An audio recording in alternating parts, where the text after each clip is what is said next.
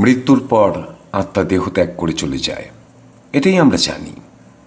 কিন্তু কিছু মর্গকর্মীদের ভয়ঙ্কর বাস্তব অভিজ্ঞতা আমাদের আজ দাঁড় করিয়েছে এক অন্য রহস্যের সামনে। মৃতদেহের সৎকার না হওয়া পর্যন্ত আত্মারা সেই দেহকে কেন্দ্র করেই কি থেকে যায়? এমনকি যে মৃতদেহের সৎকার হয় না বা যে মৃতদেহকে খুঁজে পাওয়া যায় না, তাদের আত্মারা কি থেকে যায় এখানেই? তবে কি আমরা এতদিন যা জানতাম সেটা ভুল? আসল সত্য একেবারেই ভিন্ন। আজ এই ভিডিওতে মর্গ কর্মীদের অদ্ভুত ভয়ঙ্কর কিছু অভিজ্ঞতা আপনাদেরও ভাবাবে। যাদের অপঘাতে মৃত্যু হয় তাদের আত্মা কতদিন কী অবস্থায় থাকে, কোথায় থাকে, তারা কি জীবিতদের ক্ষতি সাধন করতে পারে, এসব নিয়েই কাজে আজকের ভিডিও আপনাদের সামনে আনতে চলেছে আত্মা রহস্যের অন্য একটা দিক। শুনুন আজকের রহস্যময় অভিজ্ঞতার সত্য ঘটনা। এটা কোনো ভূতের গল্প নয়, এটা এমন এক অনুভূতি যা ভাষায় প্রকাশ করা যায় না, কিন্তু আমাদের নতুন করে ভাবায় কেন মৃত্যুর পর আত্মারা দেহকে ঘিরে থেকে যায়। যারা অপঘাতে মারা যায় কিংবা দুর্ঘটনায় যাদের মৃত্যু হয়, যে সমস্ত মৃতদেহ মর্গে নিয়ে আসা হয়, সেই মৃতদেহ কি কিছু বলতে চায়? মর্গ কর্মীদের বাস্তব অভিজ্ঞতা আমাদের বলতে বাধ্য করছে, মর্গে যে দেহ আসে তা কিন্তু একা আসে না, কিছু একটা সঙ্গে থাকে। মৃতদেহ কখনো একা আসে না। কথাটা শুনে আপনারা হয়তো ভাবছেন এটা তো স্বাভাবিক, সঙ্গে নিশ্চয়ই পরিবার পরিজনদের কেউ না কেউ থাকে, পাড়ার লোকেরা। কিন্তু এই মর্গে অনেক সময় আনক্লেমড বডিও আসে, যাদের পরিবার পরিজনদের খুঁজে পাওয়া যায় না। তাদের দেহ রাখা থাকে মর্গের ভিতরে, ফ্রিজিং ড্রয়ারে। আপনারা হয়তো ভাবছেন সত্যি কি মর্গে এইরকম ঘটনা ঘটে? তাহলে চাকরি করছেন কি করে তারা দিনের পর দিন? চাকরি করছেন, চাকরি করতে বাধ্য হচ্ছেন। সবাইয়ের যে সেই অভিজ্ঞতা হয়েছে তাও নয়, কিন্তু বহু মর্গকর্মীরা জানিয়েছেন তাদের অভিজ্ঞতার কথা। অভ্যাসে পরিণত করে ফেলেছেন যে অদ্ভুত অনুভূতিগুলো প্রতিদিন রাত্রে তারা লাভ করেন, সেগুলো অভ্যাস হয়ে গেছে। আর একই সঙ্গে মনের মধ্যে একটা আতঙ্ক কিন্তু রয়ে গেছে। রাত তখন প্রায় 2টো। মর্গের ভেতরে আলো জ্বলছে, ঠান্ডা দেওয়াল, লোহার টেবিল, লোহার র্যাক, ফ্রিজিং ড্রয়ার, সারি সারি নম্বর লাগানো দেহ। একজন মর্গকর্মী বলেছিলেন, প্রথমে যে কথাটা আপনাদের বলেছিলাম, মৃতদেহ কখনো একা আসে না।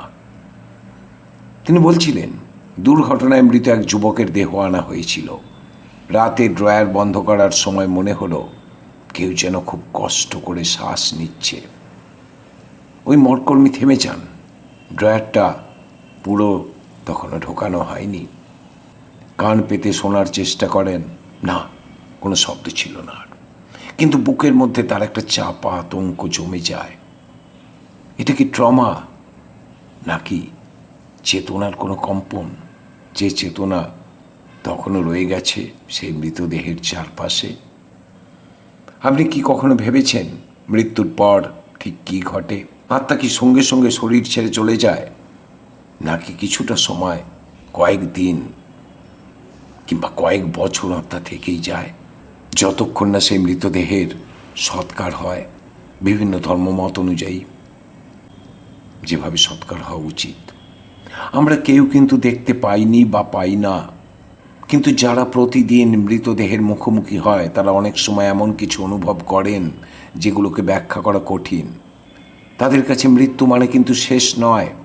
তারা হয়তো মৃতদেহ কাটাছেঁড়া করেন, মৃতদেহ রক্ষণাবেক্ষণ করেন, কিন্তু একই সঙ্গে উপলব্ধি করেন এক অদৃশ্য উপস্থিতির। বিজ্ঞান বলছে হৃদস্পন্দন বন্ধ হওয়ার সঙ্গে সঙ্গে জীবন শেষ হয়ে যায়, মস্তিষ্ক থেমে যায়, সেলুলার ডেথ শুরু হয়। কিন্তু প্রশ্ন হলো, চেতনা কি তখনও শেষ হয়ে যায় নাকি থেকে যায়?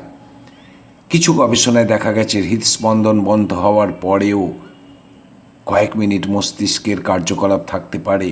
কিছু মানুষ যারা নিয়ার ডেথ এক্সপিরিয়েন্সের অভিজ্ঞতা লাভ করেছেন তারা বলেছেন তারা নাকি নিজেদের দেহকে দেখতে পেয়েছেন বাইরে থেকে। আর এখান থেকেই প্রশ্ন উঠেছে, চেতনা শরীরের ভিতরে না শরীরের বাইরে? শরীরের বাইরে থেকে নিজের শরীরকে দেখার যে অভিজ্ঞতা কথা বলেছেন, আপনাদের মধ্যেও বহু শ্রোতা রয়েছেন আমি জানি, যারা কোনো না কোনো সময় এই ধরনের অভিজ্ঞতা লাভ করেছেন। আমাকে ফোন করেছিলেন এক ব্যক্তি, যিনি বেশ কয়েকবার নিজের দেহকে দেখেছেন দেহের বাইরে থেকে। মনোবিজ্ঞানীরা বলছেন, যারা দীর্ঘদিন মৃত্যু, ট্র্যাজেডি, দুর্ঘটনার সঙ্গে যুক্ত থাকেন, তাদের মধ্যে সেকেন্ডারি ট্রমা তৈরি হতে পারে। সেকেন্ডারি ট্রমা কি জানেন? অন্যের যন্ত্রণা, অন্যের দুঃখ নিজের ভিতরে ঢুকে যাওয়া। তাহলে কি মর্গকর্মীরা যে কথাগুলো বলেছিলেন, যে অভিজ্ঞতার কথা বলেছিলেন, সেগুলো কি তাদের মানসিক চাপের প্রতিফলন? দেখুন, মর্গের ঘর, ঠান্ডা পরিবেশ, ফ্রিজিং ড্রয়ারে রাখা সারি সারি মৃতদেহ, অটোপসি টেবিল, এক অদ্ভুত নিস্তব্ধতা, ঠান্ডা বাতাস। ভাবুন, এগুলো কি মানসিক চাপ সৃষ্টি করতে পারে না? কিন্তু মনে রাখবেন, মানুষের মস্তিষ্ক অজানাকে ভয় পায়, আর ভয় থেকেই তৈরি হয় অনুভূতি। কিন্তু যদি একজন নয়, দুজন নয়, 20 জন, 30 জন ভিন্ন শহরে কাজ করা মর্গকর্মীরা একই অভিজ্ঞতার কথা বলেন, তাহলে কি সবটাই কালেকটিভ ইমাজিনেশন? আর এই প্রশ্নটাই বছরের পর বছর রহস্য হয়ে রয়েছে। আর এই রহস্যের সবচেয়ে কাছাকাছি যারা থাকেন, মর্গকর্মীরা, তারা বলেছেন, তারা স্বীকার করেছেন, রাতের শিফটে কাজ করার সময় তারা প্রায়ই অনুভব করেন হঠাৎ ঘরের পরিবেশ ঠান্ডা হয়ে গেছে, যেন পিছনে কেউ দাঁড়িয়ে রয়েছে, এরকম অনুভূতি। আর মর্গের ভিতরে ফ্রিজিং ট্রেগুলো মাঝে মাঝে কেঁপে ওঠে। কেন? কি জন্য? কিভাবে? একজন কর্মী বলছিলেন, এক রাতে তিনি ট্রেতে মৃতদেহ সাজাচ্ছিলেন। হঠাৎ মনে হলো কেউ যেন তার কাঁধের উপর দিয়ে তাকিয়ে রয়েছে। পিছনে ফিরে দেখলেন কেউ নেই, কিন্তু তার ভিতরে তখন এক অদ্ভুত কম্পন শুরু হয়ে গেছে। আরেকজন বলেছিলেন, একটা মৃতদেহ আনার পর তিনি স্পষ্ট শুনেছিলেন মৃদু একটা শব্দ, যেন কেউ দীর্ঘশ্বাস ফেলছে। কিন্তু ঘরে তিনি ছিলেন একাই, আর সেই মৃতদেহ। এগুলো কি মনের ভুল, নাকি সত্যি কিছু আত্মা তার শরীরটাকে ছেড়ে যেতে পারে না যতক্ষণ না সেই শরীরের অন্ত্যেষ্টি সম্পূর্ণ না হয়? আধ্যাত্মিক দর্শনে বলা হয় যে মানুষ হঠাৎ মৃত্যুবরণ করে, অথবা যার জীবনে অসম্পূর্ণ ইচ্ছা থেকে যায়, তাদের আত্মা কিছু সময় বিভ্রান্ত অবস্থায় থাকে। এই অবস্থাকে ইংরেজিতে বলা হয় টিদার্ড স্টেট, অর্থাৎ আত্মা যেন শরীরের সঙ্গে অদৃশ্য সুতো দিয়ে বাঁধা থাকে। শরীরের সঙ্গে চেতনার অস্থায়ী একটা সংযোগ ঘটে থাকে। মর্গকর্মীদের অভিজ্ঞতায় দেখা গেছে, অপঘাতে মৃতদের ক্ষেত্রেই অস্বস্তিকর অনুভূতিটা বেশি হয়। দুর্ঘটনায় যে সমস্ত মৃতদেহ নিয়ে আসা হয়, কিছু কর্মী বলেছেন এই ধরনের দেহের পাশে দাঁড়ালে মনের মধ্যে একটা অস্থির অনুভূতির সৃষ্টি হয়। শরীরে একটা কম্পন আসে, যেন কিছু একটা রয়েছে সেই দেহের চারপাশে, যেটা তার শরীরের ওপরে প্রভাব বিস্তার করছে। সেটা কি কোনো এনার্জি, কোনো স্ট্যাটিক এনার্জি? যেন কেউ কিছু বলতে চাইছে কিন্তু পারছে না। আর এই অভিজ্ঞতা শুধু ভয় তৈরি করে না, অনেক সময় তৈরি করে গভীর মানসিক চাপ। কিছু মর্গকর্মী বলেছেন তারা রাতে ঘুমাতে পারেন না, বারবার মনে হয় কেউ যেন তাদের দিকে তাকিয়ে রয়েছে। অনেক কর্মী কাজ ছেড়েও দিয়েছেন, কারণ তারা মনে করতেন মৃতরা কিন্তু নিথর দেহ নয়, তাদের চারপাশে কিছু অনুভূতি থেকে যায়। অনেকে বলেছেন মৃতদেহগুলো যখন বের করে নিয়ে চলে যাওয়া হয়, তারপর অনুভূতিটা কিন্তু চলে যায়। তার মানে কি? তার মানে কি মৃতদেহের সঙ্গে আত্মা থেকে যায়। যেখানে মৃতদেহটা যায় সেখানেই আত্মা থাকে, এমনকি শ্মশান ঘাট বা কবরস্থান পর্যন্ত। জানি না আমরা, কিন্তু যাদের জানার কথা তাদের কথাগুলো কিন্তু খুব চিন্তা করার বিষয়, কারণ তারা অনুভূতিটা টের পেয়েছেন, যারা দিনের পর দিন অসংখ্য মৃতদেহের সঙ্গে থাকেন। এক মর্গকর্মী বলেছিলেন, সবচেয়ে ভয় লাগে কখন জানেন? যখন মনে হয় আমার দিকে কেউ তাকিয়ে রয়েছে। কেউ নেই, অথচ মনের মধ্যে একটা অনুভূতি আমাকে দেখছে। আর বাড়িতে গেলে মনে হয় কেউ যেন তার মনের মধ্যে এখনো রয়ে গেছে। অনেক বিজ্ঞানী বলেছেন এই অভিজ্ঞতা আসলে মানসিক চাপ, অন্ধকার পরিবেশ এবং ভয় থেকে তৈরি হওয়া একটা ভ্রম। কিন্তু প্রশ্ন হলো, যদি এত মানুষ একই অভিজ্ঞতা বর্ণনা করে, তাহলে কি সবটাই কল্পনা? ধরুন আপনি মর্গে দাঁড়িয়ে রয়েছেন, দূরে ড্রয়ারের সামনে একটা হালকা সাদা অবয়ব দেখলেন, নাকি দেখলেন না? মস্তিষ্ক কি ভয় তৈরি করে, নাকি ভয় আমাদের এমন কিছু দেখায় যা সত্যি রয়েছে? যদি এতজনের অভিজ্ঞতা একই রকম হয়, তাহলে কি সবটাই কাকতালীয়, কল্পনা? যদি সত্যি আত্মা কিছু সময় থেকে যায়, তাহলে আমাদের জীবন সম্পর্কে দৃষ্টিভঙ্গি বদলে যেতে পারে।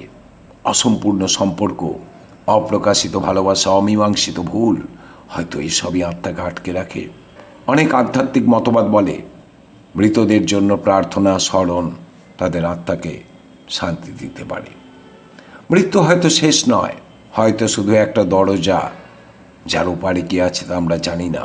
কিন্তু যারা প্রতিদিন মৃত্যুর এত কাছে থাকে, তারা একটা কথাই বলেন, মৃতদেহ একা আসে না। আপনি কি বিশ্বাস করেন, নাকি এটা একটা কল্পনা? হয়তো পরের বার যখন কোনো শ্মশান বা কবরস্থানের পাশ দিয়ে যাবেন, একবার ভাববেন সব আত্মা কি চলে গেছে, নাকি কেউ এখনো অপেক্ষা করছে। আজ এই পর্যন্ত, দেখা হবে পরের ভিডিওতে। আরেকটি ভিডিও দেখবেন, সেটি হলো আমাদের প্রত্যেকের পরিবারে একজন রহস্যজনক ব্যক্তি থাকেন। সে কে না, সেটা জানার প্রয়োজন নেই, জানবেন সে কেন। যাকে আমরা মাঝে মাঝে ভিলেন সাজিয়ে ফেলি, এই রকম একজন করে ব্যক্তি প্রত্যেকের সংসারই রয়েছেন। দেখতে ভুলবেন না ওই ভিডিওটি। তাই নোটিফিকেশন অন করে বেল আইকন প্রেস করে রাখুন।